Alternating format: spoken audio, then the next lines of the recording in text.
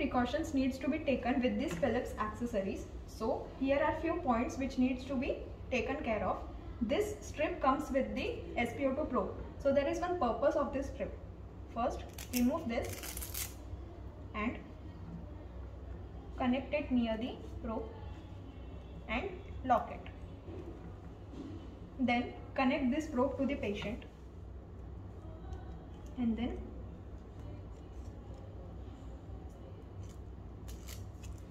lock it.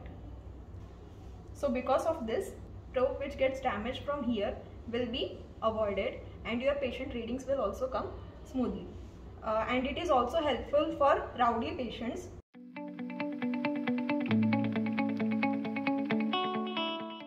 In NIBP cuff, few mistakes are done while connecting it to the patient.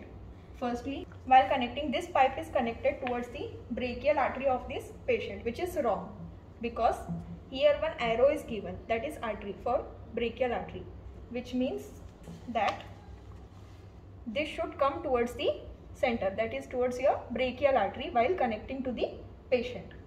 So now connecting it to the patient, this should be towards the front and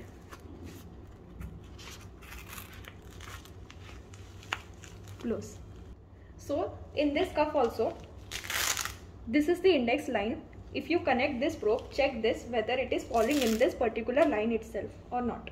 If this cuff falls here, then this cuff is not suitable for the patient. Then large size cuff needs to be connected to the patient. And if this falls below this, like here also, then also this cuff is not suitable for the patient. Small size cuff needs to be connected to the patient.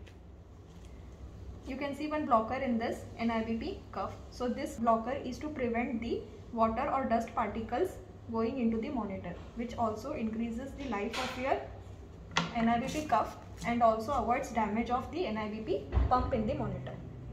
We suggest to keep this NIBP cuff disconnected when not in use, because whenever you on the monitor, the NIBP starts inflating and deflating.